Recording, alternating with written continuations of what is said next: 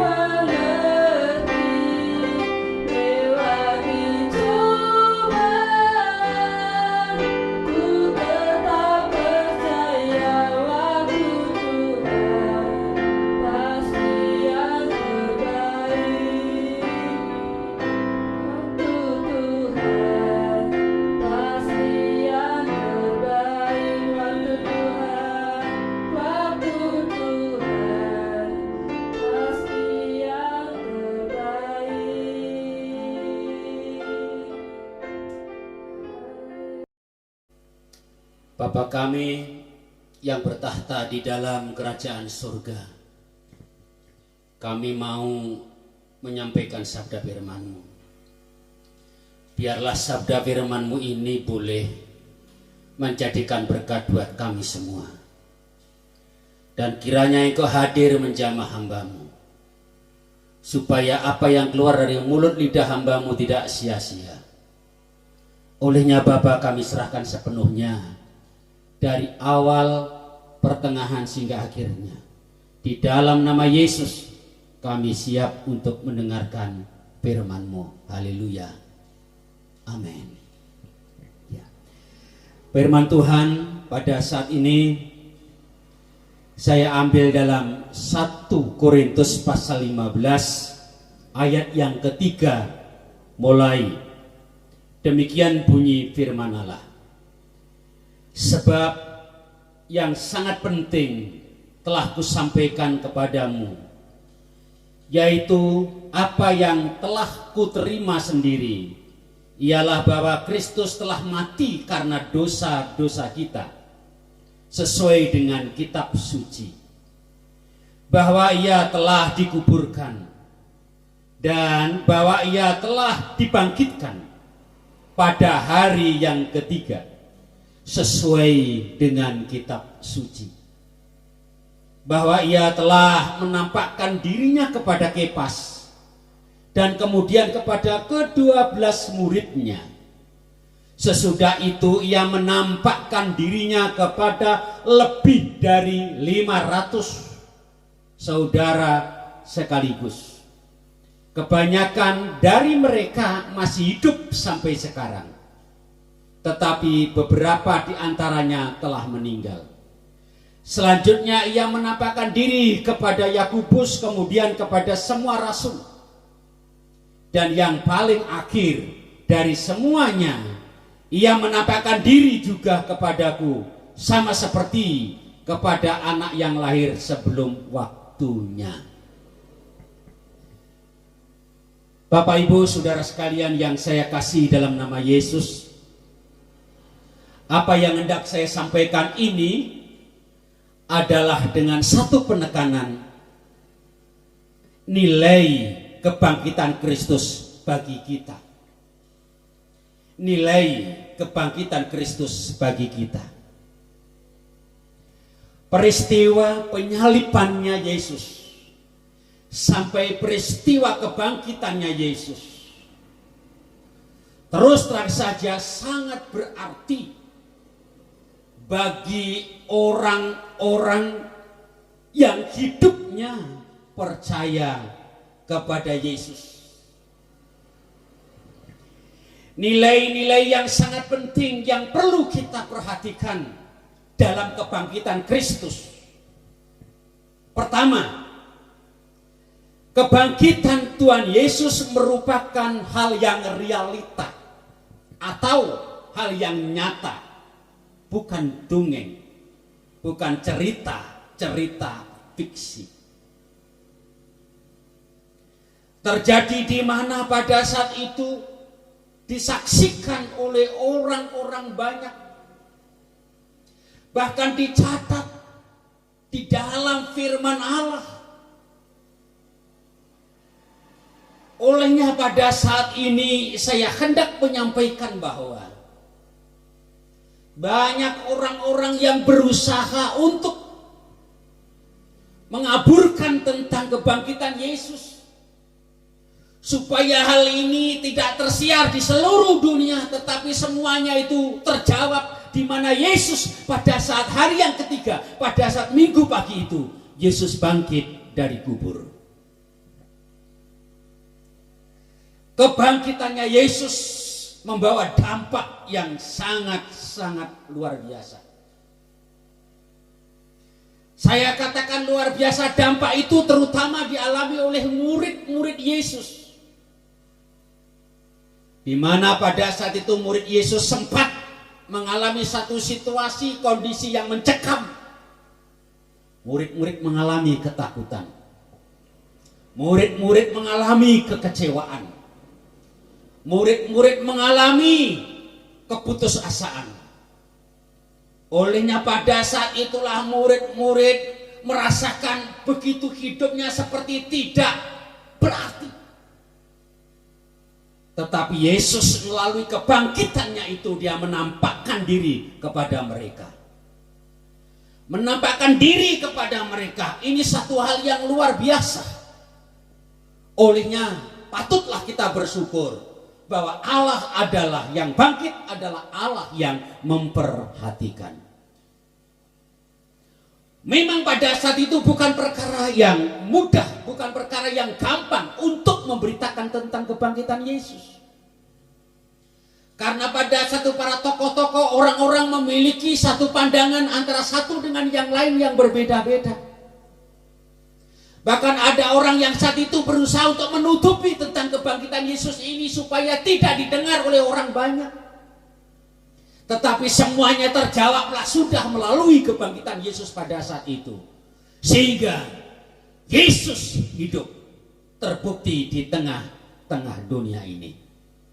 Lalu yang kedua, kebangkitan Yesus merupakan terobosan. Kebangkitan Yesus merupakan terobosan iman. Iman yang baru bagi murid-muridnya. Tadi saya katakan di depan bahwa murid-muridnya mengalami keputusasaan setelah dia melihat dan didatangi, mengerti betul dengan bukti yang nyata. Tangan yang bekas paku itu, dia mencucukkan jarinya. Mereka mulai percaya bahwa ini Yesus. Yesus tidak selamanya dalam kubur. Yesus selamanya tidak dalam kubur, tetapi Yesus bangkit. Kebangkitan Yesus merupakan hal yang luar biasa. Yesus bangkit merupakan satu hal yang perlu kita renungkan. Suatu saat kita pun orang-orang Kristen yang mati duluan, suatu saat pada saat dia datang dalam dunia, dia akan dibangkitkan, lalu akan diangkat naik ke surga, hidup kekal selama-lamanya bersama-sama dengan dia. Yang ketiga, kebangkitan Yesus meningkatkan pengharapan. Membuka bagi orang yang percaya untuk punya harapan. Saat-saat itu harapan para murid seakan-akan pudar karena melihat Yesus ada di Gunung Golgota, melihat Yesus ada di kayu salib, melihat Yesus ada di dalam kubur. Rupa-rupanya pada saat itu murid betul-betul mengalami pengharapan yang pudar. Tetapi lewat kebangkitannya ada harapan yang baru. Ada harapan yang baru, di mana dia juga suatu saat dia akan datang menjemput kita sebagai orang-orang yang percaya. Begitu juga dalam Yohanes pasal 14 ayat 1 sampai 3, dia pergi ke sana untuk menyediakan tempat. Olehnya kebangkitannya Yesus adalah membawa sukacita. Kebangkitannya Yesus adalah memberikan kekuatan pada waktu-waktu itu dan sekarang ini juga. Kebangkitan Yesus membawa damai sejahtera. Kebangkitan Yesus membawakan kemenangan bagi orang-orang yang percaya kepada Yesus. Kita adalah bukan orang-orang yang kalah, tetapi kita adalah orang-orang yang menang. Olehnya, melalui kebangkitan Yesus inilah kita sebagai orang-orang yang menang. Jangan sampai dalam situasi, kondisi saat ini, detik ini, hari ini membuat kita tertidur nyenyak. Membuat kita, jangan sampai kita ini sebagai orang-orang yang tidak punya harapan. Tetapi kita bersyukur Yesus sudah bangkit dan kita menang. Olehnya mari, masalah boleh terjadi, penderitaan boleh terjadi, kekurangan boleh terjadi, penyakit boleh menimpa kita, tetapi iman, kepercayaan kita kepada Yesus jangan sampai pudar. Mari kita akan yakin dan kita akan sepakat untuk datang dan berserah taat kepada Yesus dengan sungguh-sungguh. Bagi Dia segalanya pasti akan bersama-sama dengan kita, dan kita tidak selamanya berlarut-larut dalam penderitaan, dan kita tidak selama-lamanya berlarut-larut di dalam problem dan masalahan. Yesus hadir, Yesus bangkit memberikan kemenangan kepada kita. Bapa kami yang bertahta di dalam kerajaan surga, kami bersyukur, kami mengucapkan syukur. Biarlah sabda firman-Mu yang singkat ini boleh menjadikan berkat buat kita semua orang-orang yang percaya. Kiranya Engkau memberkati jemaat-Mu yang ada di GSI Andelangu. Engkau akan memberkati semua manusia yang ada di dunia ini. Dan Engkau memberkati pemerintah negara Republik Indonesia ini Tuhan, yang saat ini dihadapkan dengan problem virus corona ini. Supaya secepatnya Engkau hadir dan memberikan jawaban permohonan kami, supaya kami boleh bersekutu, beribadah, berkumpul di gerejamu ini ya Tuhan. Berkatilah kiranya semuanya Bapa, tak terkecuali umat-Mu yang percaya.